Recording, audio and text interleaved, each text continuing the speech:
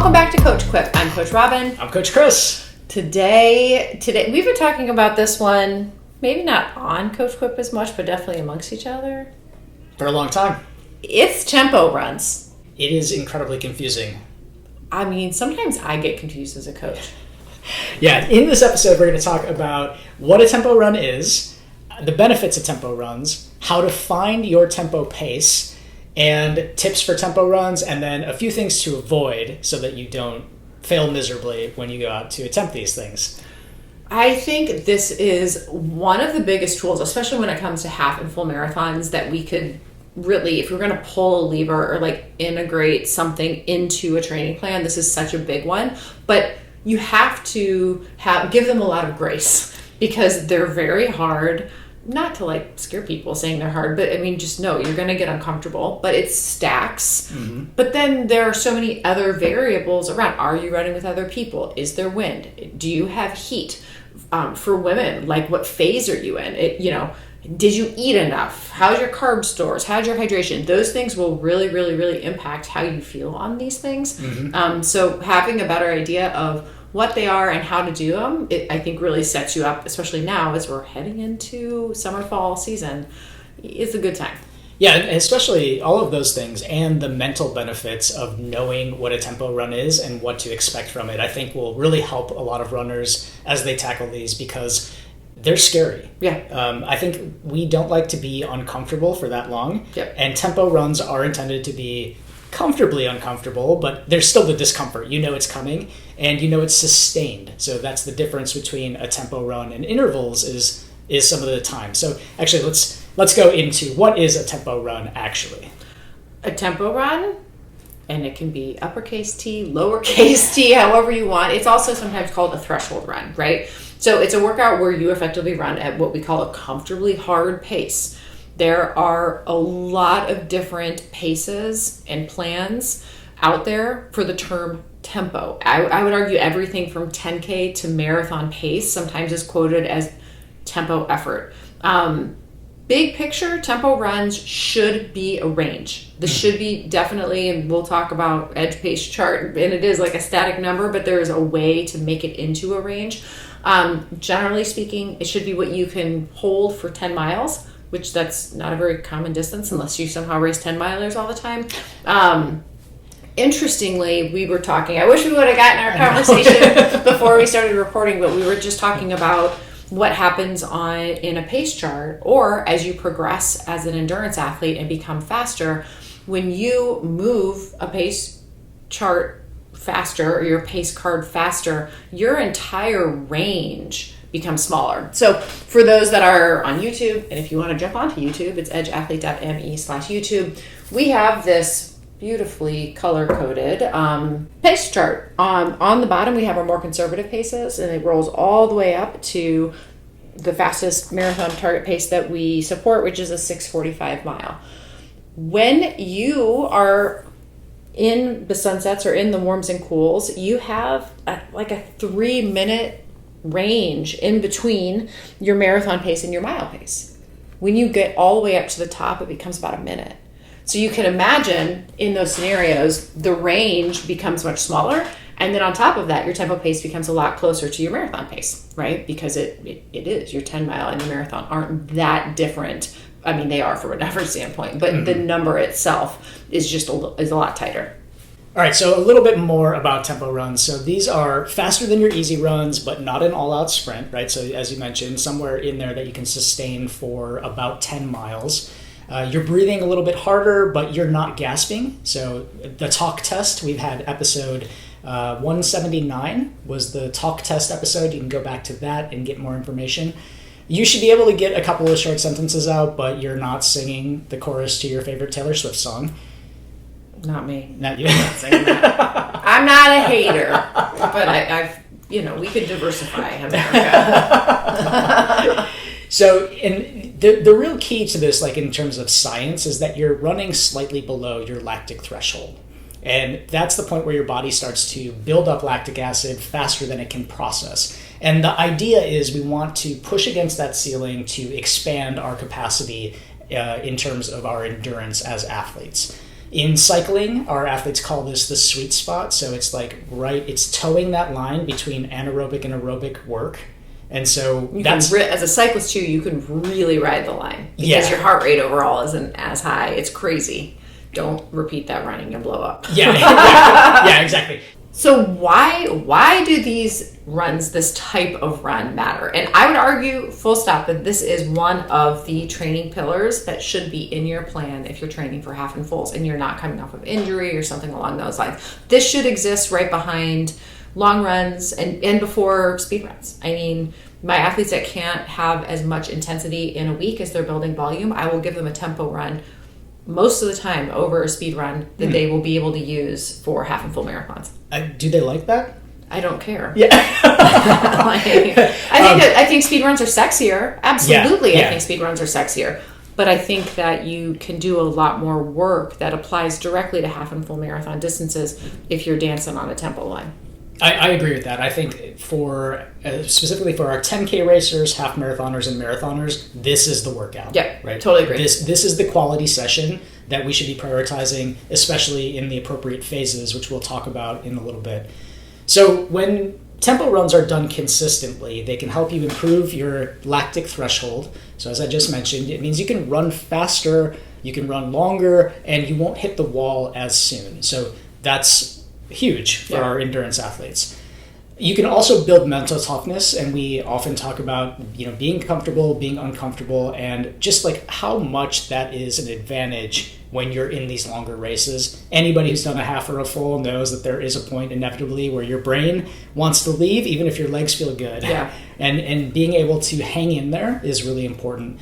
And then it sharpens that race day fitness. So our tempo runs are the sort of in between of your long slow runs and your intervals on the track, right? It's that middle spot literally on your pace card, but also in terms of the work that you're doing. But tempo runs fall into that 20% of quality work, as opposed to the 80% of easy endurance miles. So we want to use these for our 10K, half marathon, and marathoners specifically.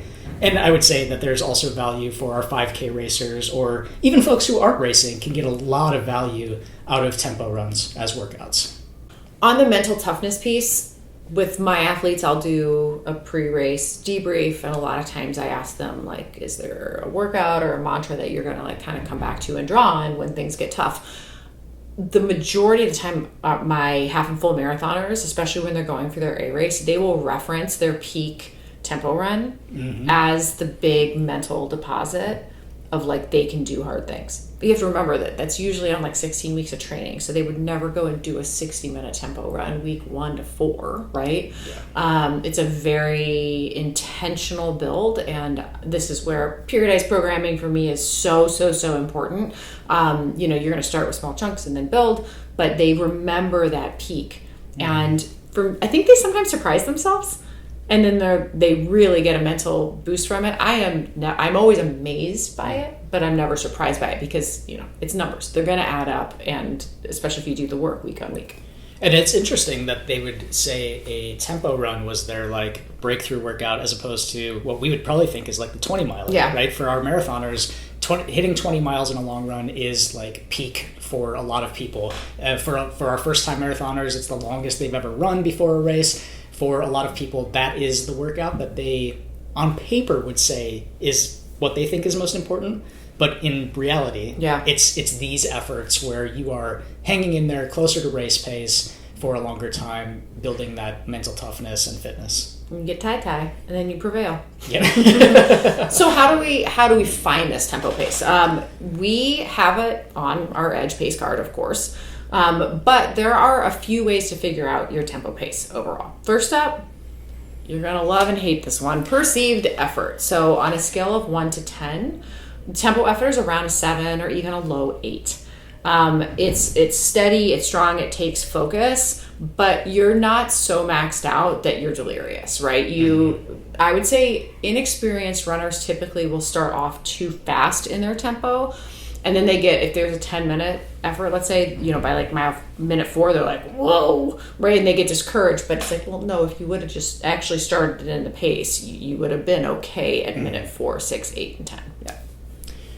Second up is our talk test, which I mentioned before. Check out episode 179 for more information on talk test. But again, you should be able to speak in short bursts. You're not reciting your favorite monologue, and you're not breathless between words. But it's somewhere in that shorter sentence area. The talk test is a great one if you don't have a watch and if you're adverse to perceived effort. Yeah, or I always say use those when you're doing tempos with other people, right? In terms of like, how is it going with you? How is it going with someone else? You can have those like short conversations. I used to do, I forgot about this until just now. I used to do office hours and I've talked about bringing these back here at Edge with my athletes. Let's say 5 to 7 p.m. on a Tuesday, we would do office hours and they would sign up. They would do their tempos. Because tempos in my mind are always on Tuesdays. And I would play games with them. So if they had, let's say one person had a 20, a 30, and another 30-minute tempo. That's the workout. 3 people running at their own pace cards, of course, because they're on a treadmill. And we would play like an alphabet game of I start with A, and you give me a movie title with the name A. I don't even know one because now I can't think of it. Appalachia. I have no clue. And the next person has to do B, and if you miss, then it goes backwards, right? Yeah. And it was so entertaining because they would be able to think and come up with something, and they would always be able to say the word, but like not a full sentence, right? Mm-hmm. And that's another way to, like, all right, we're able to mutter things and not just blow them out, which means our effort is right where it needs to be. That's a great mental hack to it teaches you that you can sustain a hard effort without your brain just being focused on the effort, right? Because you have to be thinking like the two of us couldn't think of an A movie right now, but to be running at speed and be thinking about, okay, well, if it goes right, my letter will be this, and I should be thinking of it. That's super fun. Or if I'm on number 1 and you're on number 3, you're thinking you're going to be a C, right? So as A's going, you're already like, give me a C movie, somebody. Yeah, that's so fun. Yeah, so talk test, that definitely works. Yeah. The next is much more dialed in, which is a race time method. So you can take your recent 5K or 10K pace and subtract about 20, 30 seconds per mile for 5K or 15 to 20 seconds per mile for your 10K pace. We like to put it somewhere between, on our pace card, between 10K and half marathon pace. In fact, it's dead in the middle. But you can use those as ranges too, right? Especially, again, if you're dealing with elements or you're easing back into fitness. Even though there's a tempo pace on there, you can go on either side 15 to 20 seconds or however much it is on your pace card and use that as your bubble. And I love to use a range because I think because tempo workouts are effort based, right? And you said there are so many factors that could influence it. Having that range gives people a little flexibility to feel like they're not failing at the workout, but still getting the great benefits given the conditions that they're in. We also can use Macmillan's running calculator, which we've talked about in the past. That's a way that you can type in those race efforts or whatever calculator that you use, and they can come up with all sorts of different equations for your tempo pace as well. And last but not least is your heart rate. So you're going to aim for about 80, 85, sometimes 90% of your max heart rate if you're training with a monitor. Just be careful of this one. This is one where like wrist ones are okay, finger ones, chest ones are the best, right? So if you're going to be using that as your sole metric, just make sure that you're confident about the data that it's catching. And you can even program your tempo heart rate into your watch so that it squawks at you when you go above or beneath it. Yeah. Whichever of these methods that you use, you should just keep in mind that this is supposed to be, again, that comfortably hard pace that you could hold for at least 20 to 40 minutes. And I would say, over time, like when you're starting off your tempos, you're not going to jump into a 40-minute tempo. Don't do that. Please don't do that. And come back to us and tell us you didn't finish it. We already know. Yeah, it depends on where you're at in your season, but you should be able to sustain that effort, and you should be happy when it's done. That's kind of the finishing point of your tempo workout.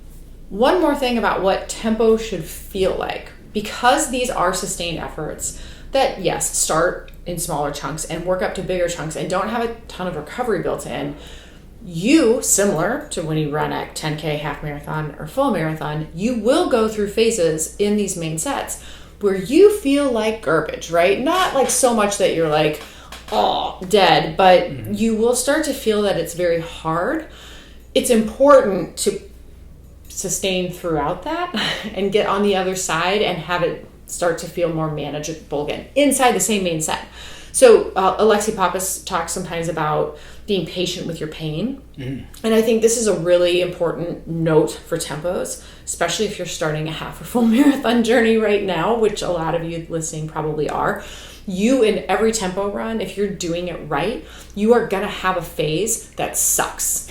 And not so much that you're so uncomfortable that you can't think, but you're going to get uncomfortable. And accepting that at the beginning is going to allow you to move through it and adapt a little bit. And I promise you, if you do these with other people, that is the magic sauce. Doing these alone is diabolical. Once in a while is an amazing mental win. But the week on week, find someone to do these. This is where group training comes in. Like, I can't say enough, because when you're hurting, right, I might be feeling okay and I help pull you forward. And then when I'm hurting, I'm like, well, Chris is okay, so I better get my act together, right? And it really, really helps smooth out those periods of pain that are inevitable. Okay, so let's talk about the different types of tempo workouts. Tempo is a type of workout, but within that, there are a couple of different ways that you might see this show up in your training plan. And the first is a continuous, classic, sort of steady state tempo. So this would be just that one continuous block of effort, somewhere between, say, 15, 20 minutes if you're starting off, to maybe 45, 50 minutes. What's the longest that 60. You have 60-minute tempos? Yep. So all the way up to 60. It depends on what you're training for, of course, and where you're at in your plan of how this will show up. But this is probably what people think of the most when they think of a classic tempo workout. The next one is going to be tempo intervals. And I will say, like, at Edge, a lot of times when we start off, we will use more intervals, and then we will start to glue those together and take the break away. So examples of this is going to be tempo, as you can imagine, broken up into chunks. So an example is 2 to 3 times 10 minutes at tempo pace with 2-minute easy jog recovery, right? This is really great for mental and physical stamina. So let's just pretend that we do a 2 by 10 minute with a 5-minute break, let's say, in between. The next week, you might get a 20-minute tempo because you already did it the prior week. And the variable that we're going to change to progress your programming is dropping the rest interval, right? And then all of a sudden, now you have a 20-minute classic steady state in your pocket. This is a great way to get into tempo training, and I think this is my favorite way for beginners to start doing tempo, whether it's the beginning of a training cycle or beginner runner just dabbling into tempo runs. The final version of this is a progression run. So this would be incorporating tempo into something like a medium long run. So a run that's going to be a little bit longer and adding the tempo to the end. So you're kind of essentially doing it after you've already had some time on your legs. So an example of this would be, say you have like an hour and 15-minute run, doing 45 to 50 minutes of easy-paced running and then going into your tempo at the very end of it so that you're picking up your speed, you're ending faster than you started, and you're doing it on somewhat tired legs. Not to further complicate things, but I'm going back to Running in the Wind, which was episode 1, it's just before this, 187. Yep. Do not, asterisk, bold, underline, do not, if you're doing a progression run like this, do not do your tempo into the wind, right? Or if you need to, like with my athletes, a lot of times, I think I mentioned this in episode 2, I'll say I want this in the back half, but you got to time it when the wind's at your back or wind isn't a variable. If you try to do a tempo pace at the end of a long run when you're already fatigued into the wind, it will be so much harder than it necessarily needs to be. And I guarantee you the next week of training is going to be garbage because of it. So time when you do those tempo paces on a longer effort. Yeah, not just the physical impacts of that, like it just being so much harder to do that. It would be demoralizing. Yeah, but also the mental impacts, right? Because that sets you up for failure, right? You're probably not going to hit your paces by the effort. You're probably going to feel like trash when you're done. And mentally, I think that takes a toll in, making you maybe not look forward to your next tempo. And the mental piece of this is really important. Now we get to the fun part, right? How we can do these better. This is probably why you started listening. Thanks for sticking with us. So here's some quick tips to help you crush your next tempo run. First up, integrate them reasonably. Don't be crazy. Don't just, like Coach Chris said, please do not jump into a straight 40-minute tempo session. That would be horrible. Your body is not good at that level of fitness yet, right? Just like we build shorter intervals in our tracks and even shorter mileages with our long runs, we want that same progression here. So we're going to start smaller chunks, add them up, and get you to that peak. But you got to give yourself a runway. Next up is to make sure that you warm up well. So it is important that your body is primed and ready to go. You're going to be running with effort. You're going to be running faster than your easy run pace, so your body has to be ready to go. So make sure that you do some easy warm-up minutes or miles. Make sure that you do a dynamic warm-up, and maybe including some drills and some strides to get those legs turning over and getting your body and your brain ready for the work ahead. Yeah, that one really goes back to priming, because I think as these build, especially in the summer when it's hot, people get freaked out about them. But if you have a warm-up routine, it's like, oh, I'm just going to start the warm-up routine. Oh, okay. And then all of a sudden you start to feel more ready to do, and it's like, oh, the last time I did this, I was able to do the tempo. Oh, I'm doing the same thing. Oh, I'm still doing the tempo, right? It sets you up for that success. Yeah, here's your hidden gem on this. Like, nothing will make you feel more pro than having a good warm-up routine. That is totally true.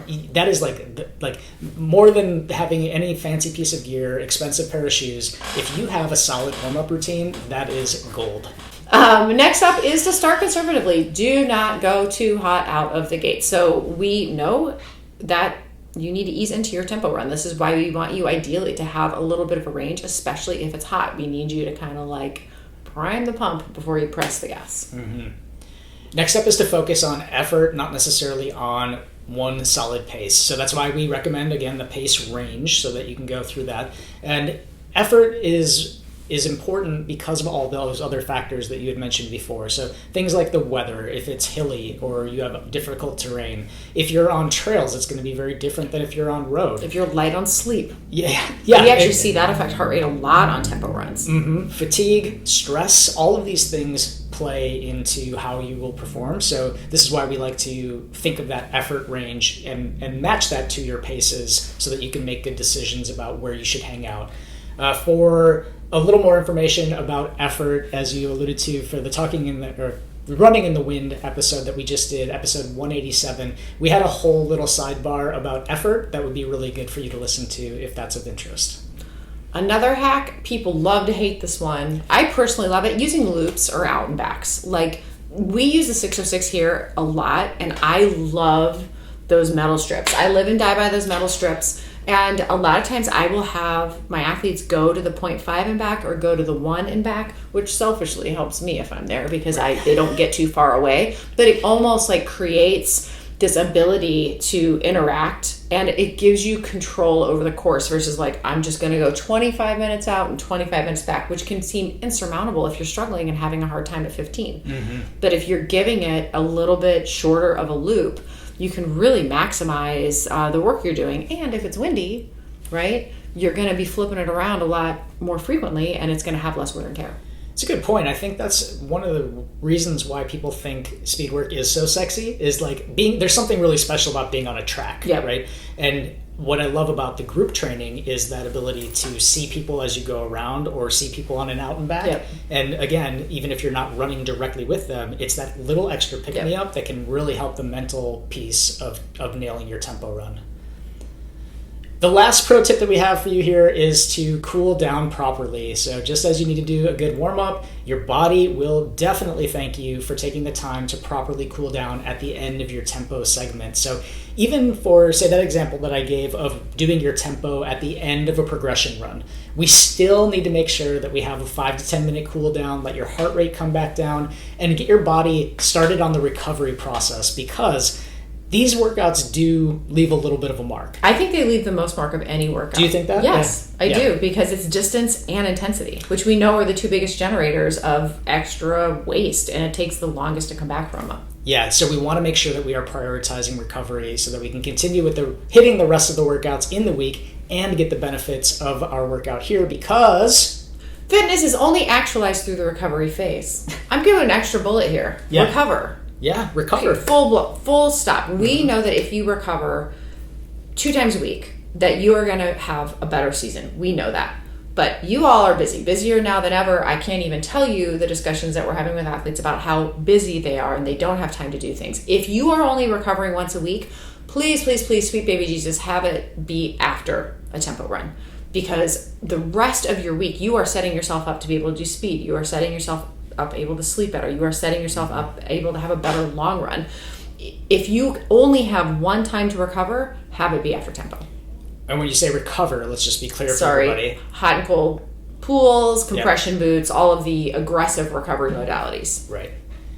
Okay, so those are our tips for nailing your workout. But we also know that every runner at some point has had a miserable tempo experience. That is it's a rite of passage. It's a hard session to coach, if I'm going to be honest. Especially in the beginning, I'm like, oh, who's going to break? Yeah, I'm going to have the moment with someone for a variety of reasons. We have a couple of ways that runners mess up tempo runs. So let's talk about some of the common pitfalls to avoid. Yep. First one, we've said it a few times: going out too fast. If you are running at a 5K race pace at the beginning of your tempo run, that's not going to work, right? You are going to be burning the candle at both ends. So make sure that you know the pace and you know the effort that's supposed to be happening and really identify with it. Next up is skipping recovery. Whoops, I jumped the gun on that. But that's okay, we can say it twice. Yeah, we will say it twice because it's that important. So our runners who are skipping the recovery are not getting the maximum benefits. Even if you nail your tempo workout, you're still not getting the maximum benefits if you're skipping your recovery.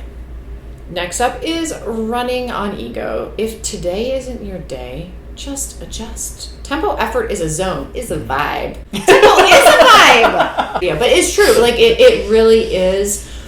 It's about being uncomfortable, and uncomfortable on a day when you haven't slept or you haven't eaten well, or you're in, let's say, the third week of a build phase. It's very merited to feel like garbage and have to scale a little bit and work a different part of the range, right? So it doesn't need to be exact. It shouldn't be exact, right?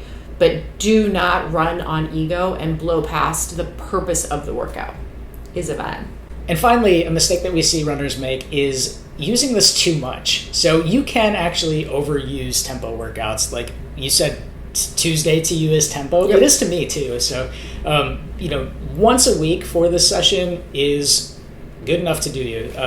We don't need to do tempos more than once a week, and you don't have to do tempos forever. Like, oh, please don't. Yeah, take a break from tempos, especially in the off season, right? Absolutely. And I would even say, like in the base building phase, we find that we're introducing our speed and our tempo, but we're not prioritizing these workouts as we're trying to build our aerobic capacity, like our endurance, our general endurance, the foundation, right? So a lot of plans prioritize tempo workouts in the building phases and the peak phase. Yep. So to recap, tempo runs help you run faster, longer, and with more control, but you got to do them the right way in order for them to be that really super tool. If you haven't tried them yet, go ahead, add one into your week, not a 40-minute straight effort, right? And try it for a training block. Maybe it's a 4-week block, and see how you feel. Feel the results. Mm-hmm. Are you a fan of tempo workouts? Are these your favorite workouts? We don't hear this a lot. If so, let us know in the comments. We would love to hear. And please come to Run Club. And if you want help integrating tempo runs into your run schedule, consider joining Run Club. Right now in May, it's free until the end of May. And we also, of course, have private coaching, which makes all those tempo runs even more dialed in and specific. We do have some spots still. So hit us up. Thanks for listening to Coach Quip. Original music performed by Ment. Follow us online on Instagram, Facebook, and Twitter at Edge Athlete Lounge. Our podcast lives in the blog section of our website. Don't forget to subscribe, rate, and review this podcast, and you can check out the show notes for additional ways to contact us. Ready, set, onward we go.